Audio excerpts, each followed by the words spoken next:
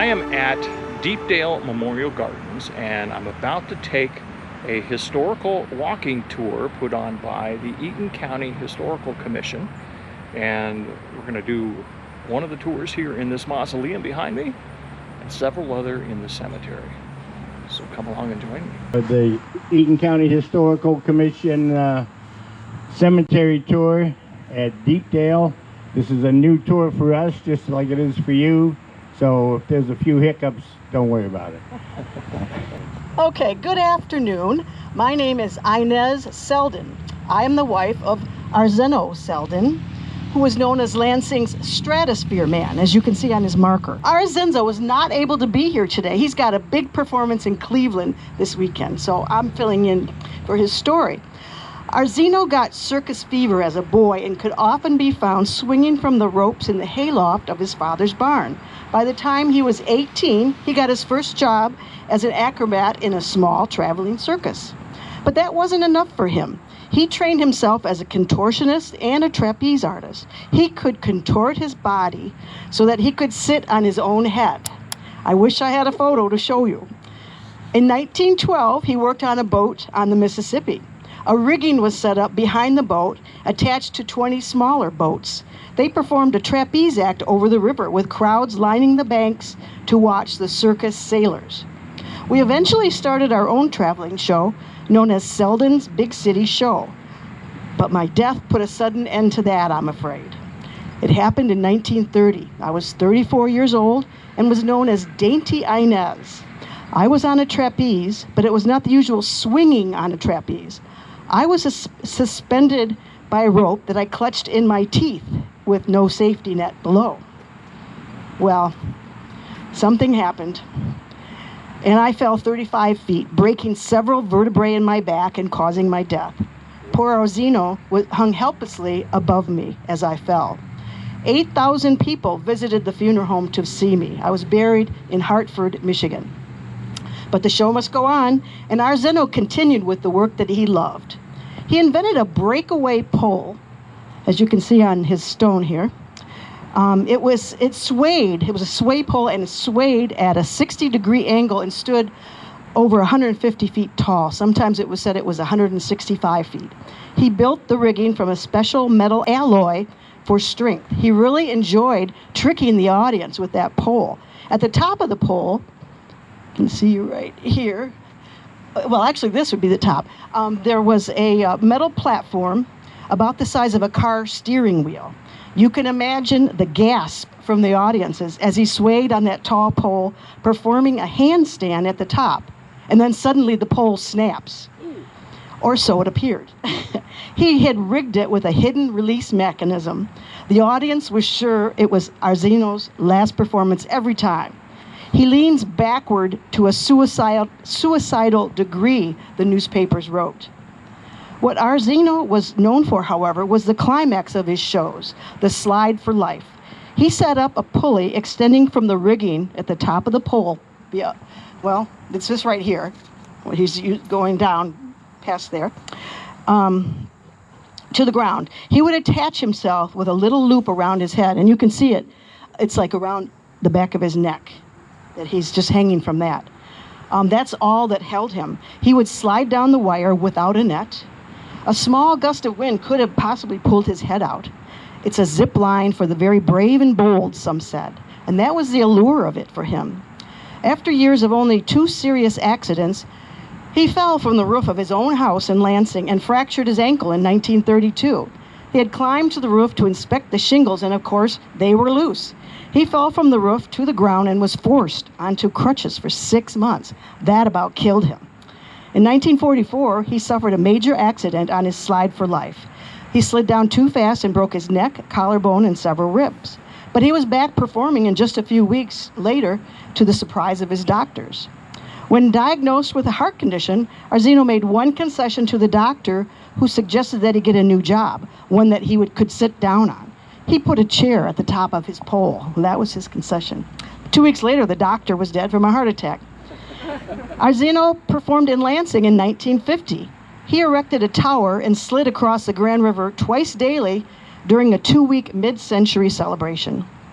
Always the showman, he made a national publicity campaign out of his funeral arrangements later in 1950. He had this monument made and performed his act above it at the unveiling. "I want it to be ready in case I'm called without notice," he explained. They say 20,000 people attended the unveiling right here. I don't know how they could have got that many, but the front of the headstone features him performing his two best-known stunts. The other side, if you come around back, has Arzeno flexing his muscles with a list of his aerial accomplishments. In 1951, at age 63, he made his final slide for life at a performance in Florida. He fell 50 feet onto a parked car, breaking numerous bones. A week later, he suffered a fatal heart attack. On his deathbed, he ordered his equipment to be destroyed to make sure that untrained amateurs wouldn't get hurt trying to copy him. That's his story. Thank you for stopping by. Well, hello everyone. I'm just so glad you could make it here today and so pleased. I used to have Sunday afternoon tulip time teas and really enjoyed those. So this is kind of reminiscent of that, and it just brings back fond memories. Though back then I used to have more like 400 or 500 people come to it, and this isn't that many, but it's wonderful and I'm really glad you all came. My name is Ragna Mickelson Harper, and Ragna is a funny name. It came from my birthplace in Norway, and I came to America with my parents when I was just a young girl. Since Ragna is awkward, you are my friends, so you can just call me Snooks. That's what they all called me. My home is located just over the river on Cambridge Drive, and it is considered one of Lansing's largest old-style mansions. Oh my, we were lucky to build it when we did. The architect was Harold Beckett, and he started the work in 1927. Oh, let me show you the house. I'll pass this around. Mr. Beckett finished the house in 1929. My husband, Harry Harper, and I laugh about it now, but we could have lost $500,000 in stock market if Harry hadn't sold the stock to build the house when he did. This particular stock would have been worthless only a few months later when the stock market crashed in October of 1929. The house is a Tudor style. The limestone was brought in from Indiana. I was never a fan of opulence, so we decorated more conservatively with a Greek and Roman influence. We wanted the plan to encompass the gardens, and many rooms have a view of its natural beauty. Harry and I didn't have children, but entertaining was so much fun that the house is 10,000 square feet. It has 6 bedrooms, 4 full baths, 2 half baths, 6 fireplaces, and an apartment over the carriage house. The sunken pool, gazebo, and planting beds are my pride and joy. I wish that you could see them.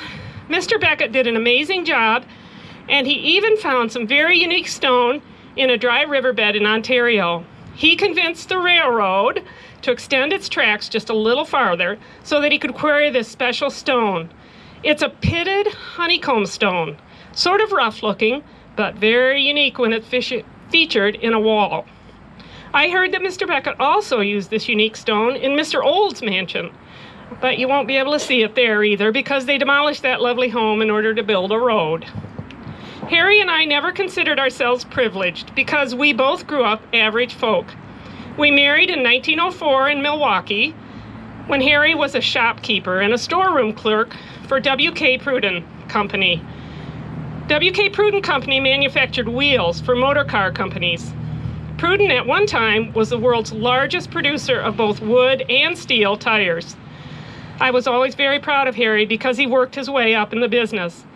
We moved to Lansing for the auto industry here after the merger with Gear Pressed Steel and Auto Wheel, forming Motor Wheel in 1920.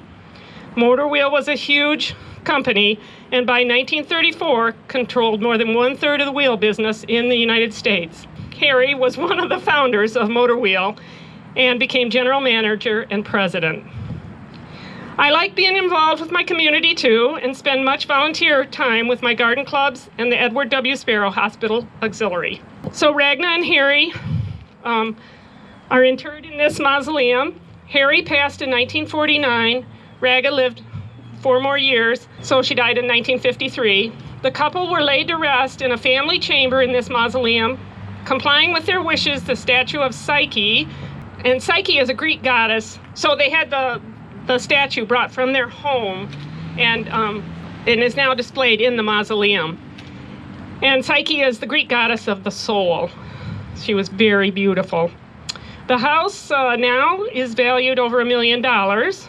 In 1953, it sold for $75,000. And the owners of it now currently say that these houses are a great investment, he says, but there's a lot of maintenance to an old stone house. So thank you for coming. I hope this gives you some idea of Ragna and Harry Harper. I'm reminded of something Abraham Lincoln said. He was doing a whistle-stop tour in the campaign of 1860, and he was taking a train around the nation, and every town he would stop and go out the back of the car, and the people would get a chance to look at him, and he would get a chance to look at them. And one time he got at the back of the car, and he said, "You came so you could look at me, and I could look at you, and I have the better view." Now, I'm Billie Sunday Farnum. Billie Sunday. The evangelical preacher who was very famous around the turn of the last century. My mama named me after him. Now, I was born, back in 1916, way up in the thumb in a little town called Watersville. And 17 years, in 1933, I graduated from high school, right in the middle of the Great Depression. So I like to say my college was the Civilian Conservation Corps for 3 years. And then I went to work at Pontiac Motor Works, and I worked my way up for shop steward to international representative for what we now call the United Auto Workers. In 1936, I married Maxine. She was a farm girl like me from over in the thumb, and we had 3 children, Eugene, Roger, and Norman. Unfortunately, Eugene died early, and he's also interred in this mausoleum. Now, in 1952, because I'd gone way up in the union membership and Michigan was a staunchly Democratic state, I started to get involved in politics. And one of the first things the government had me do under Frank Murphy was help resurrect the state fair. And in 1952, I went to work for U.S. Senator Blair Moody, and then I went and held several positions in the Secretary of State office. And back then, if you can believe it, we elected the Auditor General, and I was Auditor General for 4 years. Now, I really had the itch for electoral politics. And in 1964, I ran for Congress in a newly created district in Oakland County. How many of you remember 1964? Anybody here? That was the year Goldwater ran against Johnson, and Goldwater lost. And in Michigan, we had something really interesting happen. We elected 5, count them 5, freshman Democratic representatives. Unfortunately, in politics, a lot of time the worm turns, and 2 years later, all 5 of us lost re-election. That was during the Vietnam War and also, too, during the Civil Rights era, and there was a backlash in Michigan against both of those. But I kept my interest in politics. I ran for the Waterford Board of Education. I was a Democratic national chair for several years. And in 1975, I was elected Secretary of the Senate, basically a person who administered the operations in the state Senate. I did that for 4 years until I died in 1979. My wife survived me by 30 years, if you can believe that. Back a few years ago, after I died, the state Senate named an office building after me in downtown Lansing. They've moved out, they're now in the Binsfeld building. So, as I like to say in politics, the worm turns.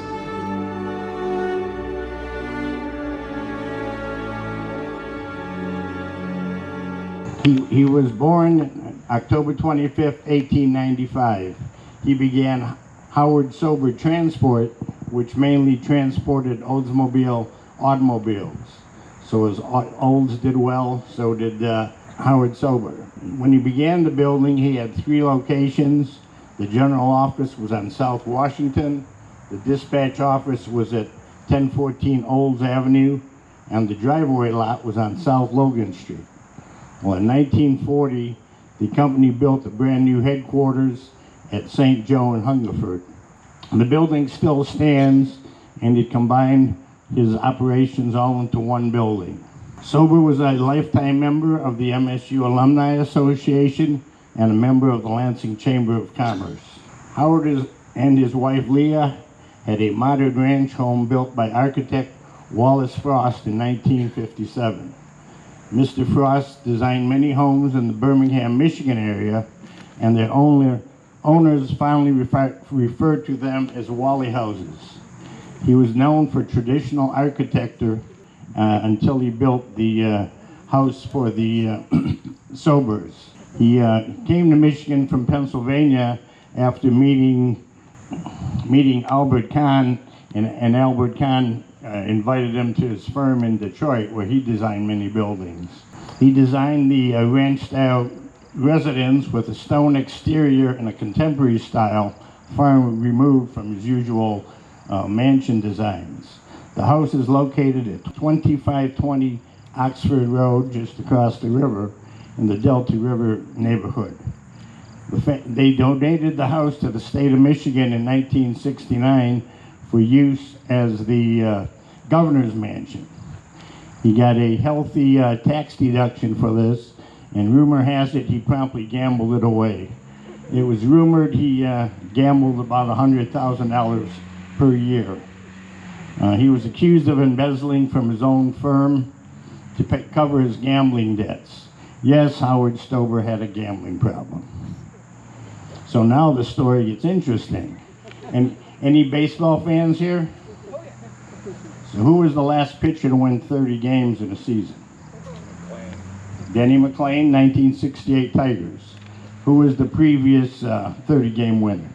Dizzy Dean, 1934, and that was the year of the Gas House Gang, and they defeated the Detroit Tigers in the World Series.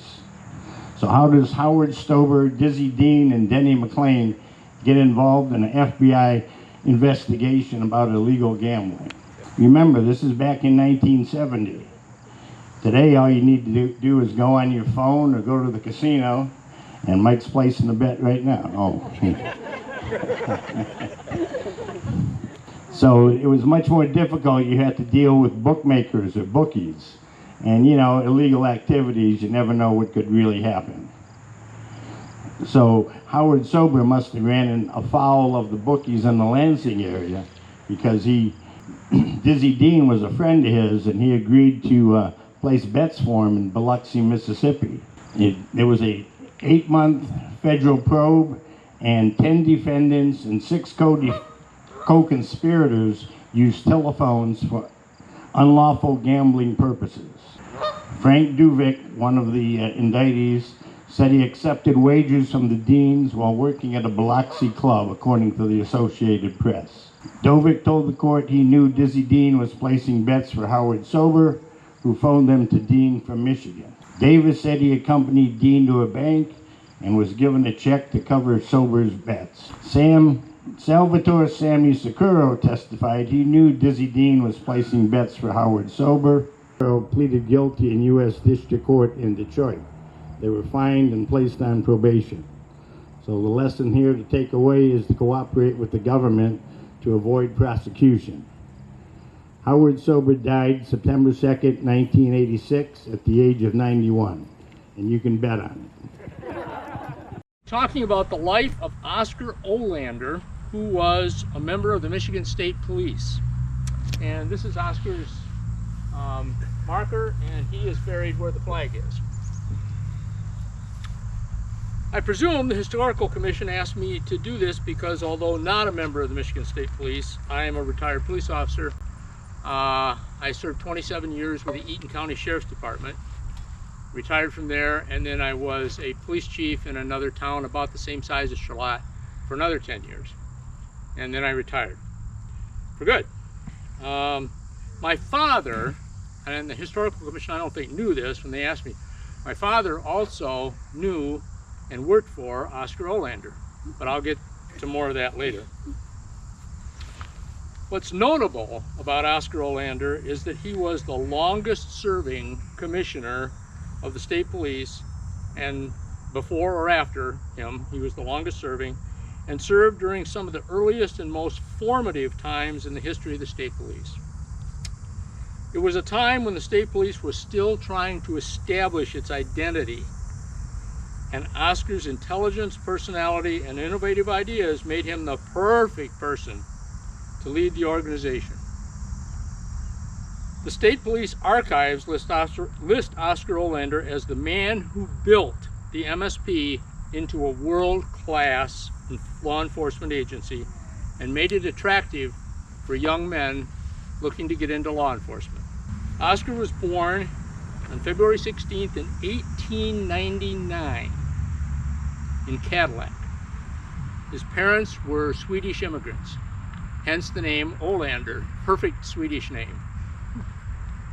In 1918, at the age of, this is confusing because the year, in 1918, at the age of 19, Oscar was attending Ferris State College.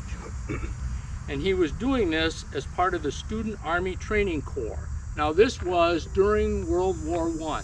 The Student Army Training Corps was the precursor to today's ROTC.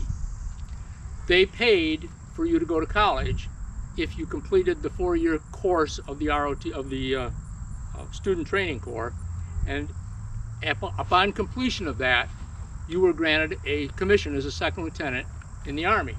Well, the war ended before he could complete his degree, hence the end of the Student Training Corps, hence the end of his funding.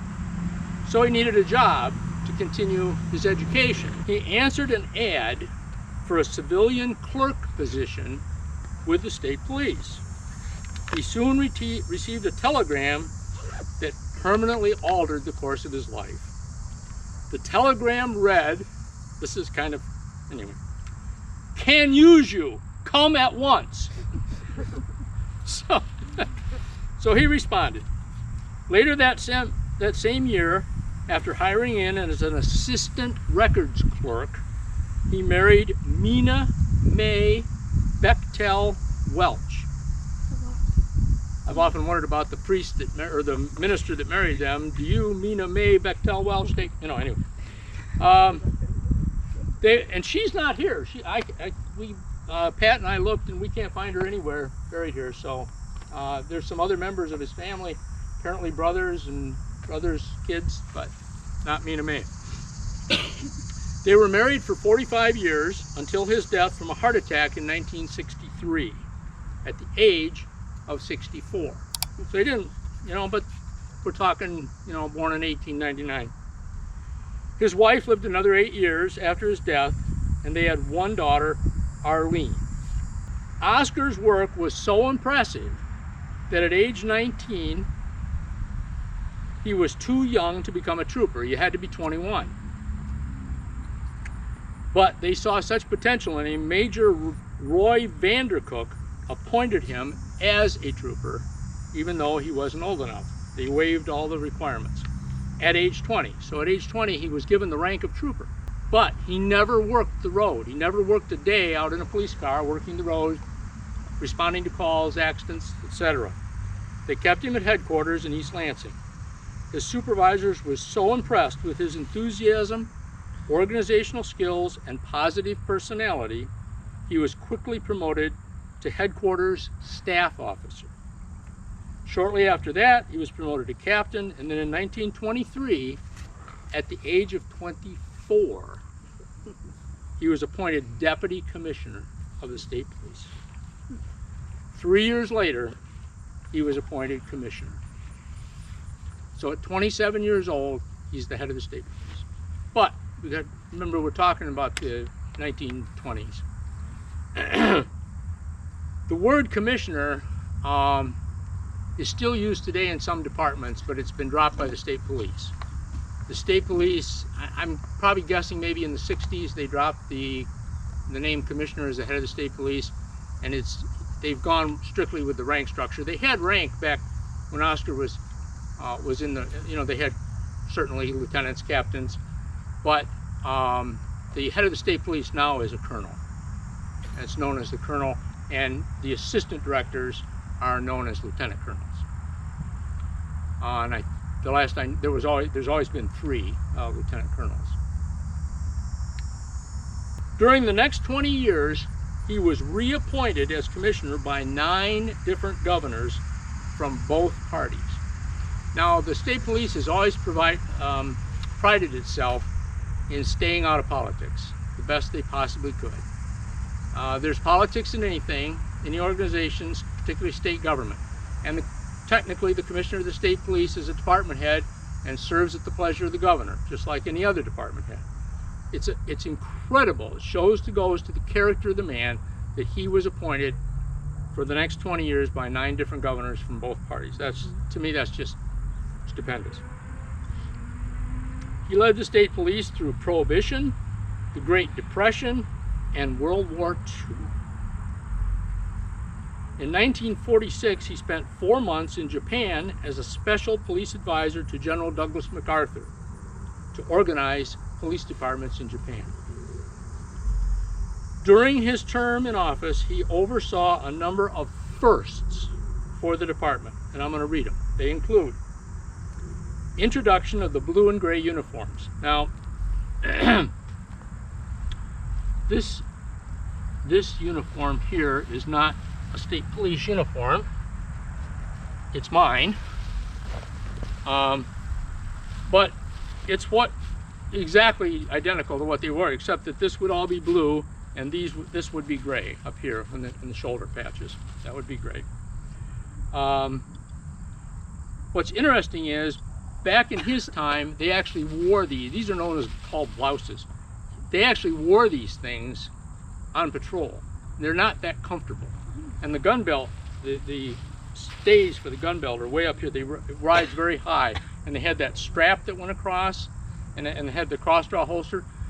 They finally did away with that strap and that gun belt and had them not wear these things, because if they got into a fight, people could grab that strap and use it as leverage against them. They also wore hats identical to this hat, except of course it was blue. About 5 years ago, the state police dropped the use of this hat and has gone to what they call the Garrison style, Smokey Bear style hat. That's what they're wearing now. And I forgot to hand around a picture to you folks of Oscar Olander. So I'll have, if you could pass that around. I don't think he's not in uniform there, and I would venture to say he probably never wore a uniform. Another first, the department's first marked patrol cars. And I'm thinking, well, what were they driving before they had marked patrol cars? But then again, it's very early, this state's in its infancy. The development of the first state police-owned radio system, a scientific crime laboratory and polygraph unit, construction of a new administration building and training academy, and that was on Harrison Road, right across from Michigan State. It's torn down now, but it served as the state police headquarters for years and years and years and years. A network of 35 standardized posts, which they didn't have before. The organization of liquor, traffic safety, and fire marshal divisions. So he was creating these specialized units because there was a need for them. He instituted service protection for his officers with disability benefits. So if you were hurt on the line of duty, you got disability, where they didn't have that before. He also, the state police joint sponsored a police administration course, which was the first in the country.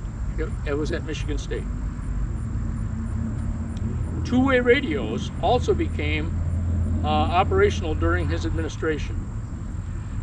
Now, I mentioned earlier, I'm going to come back to the two-way radio, but I mentioned earlier that my father had a connection. My father joined the state police in 1934 as part of the 13th Recruit School, 1934. So Oscar Olander was the commissioner during that time. Now, 1934 is right in the heart of the Depression. I'll pass this around in a second. And I don't know how many of you have heard your parents' stories or your grandparents' stories about the Depression. It was a terrible time. And the rule back then was if you were a single bachelor trooper, you had to get permission from the commissioner to get married. So 2 years after he joined the state police in 1936, he and my mother wanted to get married.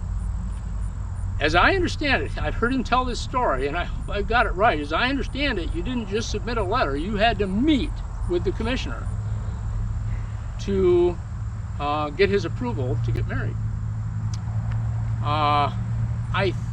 My sense is that there were a lot of bachelor troopers at that time. And I think Oscar thought of them as his sons. And I think a lot of them looked at him as a father figure. I really do. So you met with him, and he asked questions like, you know, how are you going to support your wife? What do you have a plan for where you're going to live when you're not working, when you're not on duty? What about, do you have a plan can you financially support your kids if you have kids? And at the same time, he was worried about their getting married having any negative effect on their performance as state police officers. So it was a two-way street, but he met with them and they went over all that. And apparently he said okay because they got married. Now, back to the two-way radio. Oh, one more thing about that. Probably a lot of you don't know this, but at that time my mother was a school teacher. And during the Depression, if a school teacher got married, and I'm assuming it expanded to other professions, then now you were a two-wage earner family, and they did not allow that during the Depression. She had to quit her job when she married my father. Two-way radio. When my dad joined the state police in 1934, all of the radio transmissions came out of headquarters, which is here in East Lansing.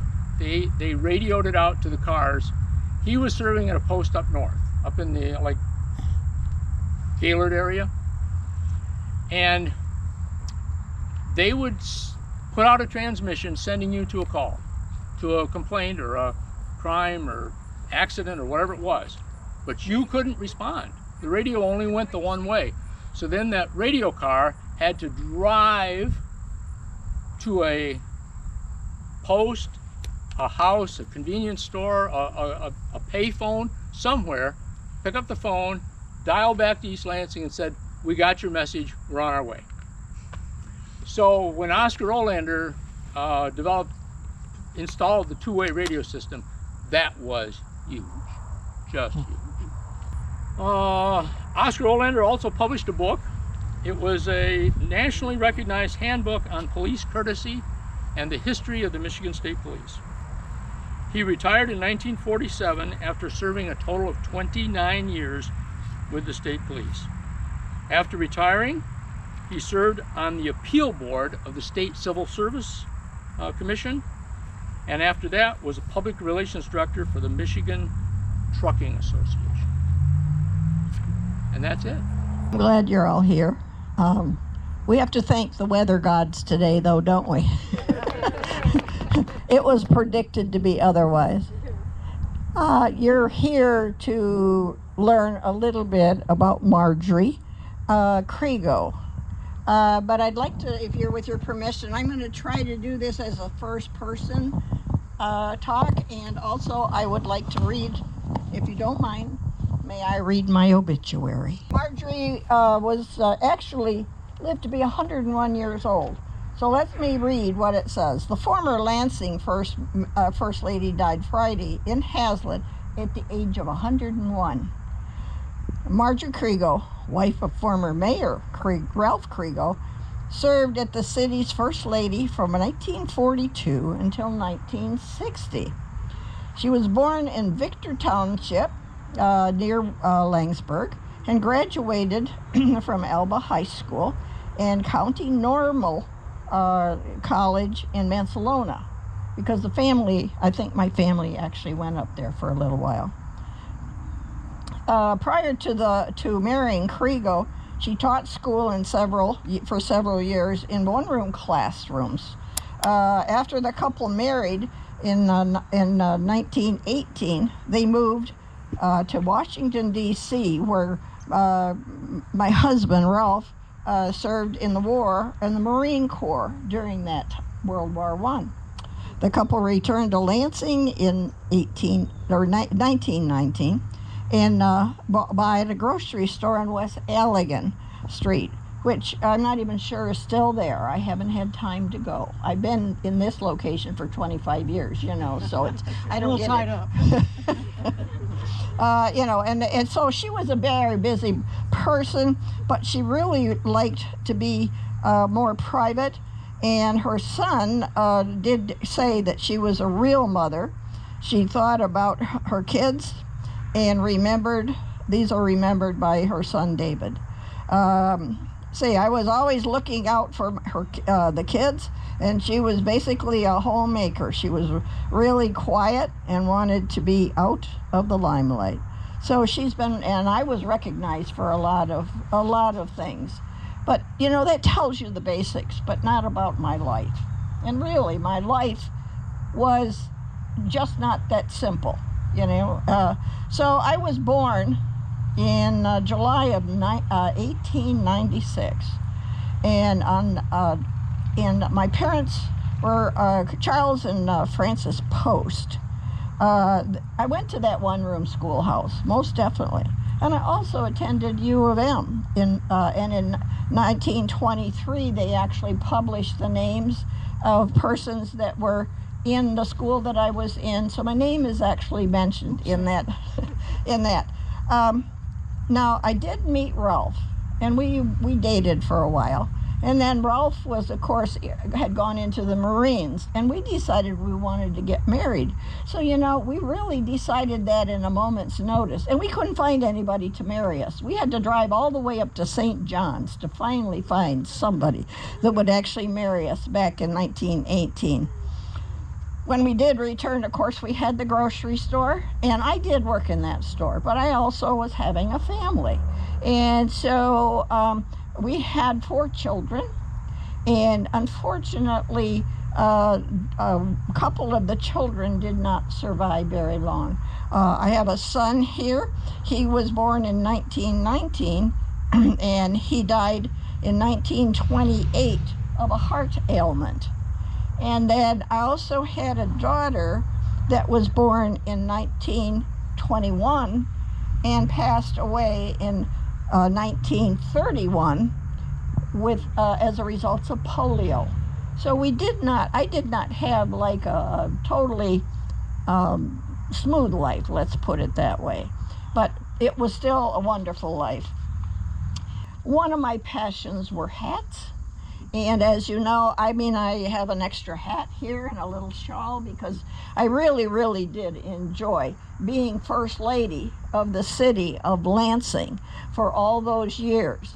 I still was more important. My family was more important, but I also enjoyed the social life that a wife of a mayor, and he was mayor for 18 years. So he was voted back in. He was a very good fellow, so he took very good care of us. So that's kind of the basics. And here we have Marjorie. Whoops. We have Marjorie here, noting her birthday in passing. And then we also have Ralph Kregel. And really, this should have been more about him, because I was the quiet person and he was the notoriety. But I kind of had to go along with it, which was wonderful anyway. We were married for 71 years before we passing. So that's kind of what we are doing here today. We're honoring Marjorie, who was a wonderful wife and wonderful mom. Hey. All right, my name is Margaret Ellen Davies. The story I'm about to share happened so many years ago, but I remember it just like it was yesterday. Robert, he was such a beautiful man inside and out, kind to a fault, with a sense of humor that I looked forward to sharing with the rest of my life. But Robert could also be a man of very fierce principles, and when the war began, before his country even called, he was determined to do his part. He left Michigan State College and enlisted in the Army, determined to be a fighter pilot.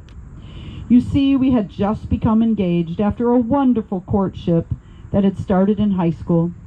Margaret Ellen Davies would become Mrs. Robert Parker as soon as he returned from the war. Doesn't that just have a beautiful ring to it? When Robert left and was sent to Texas for his training, I returned to my typist job at REO Olds and tried my very best not to worry. Mr. Robert advanced quickly, not to be surprised by me, earning an Air Medal, an Oak Leaf Cluster, and the Distinguished Flying Cross after his first 50 missions. I started to believe he'd come home to me, safe and sound. But at 10 a.m. on November 15th, 1943, Robert Parker flew his last mission for the 35th Fire Squadron, 8th Fighter Group. He was flying a P-40N Warhawk over the Markham River Valley in New Guinea. Neither his family or I would know that sad truth for almost a month.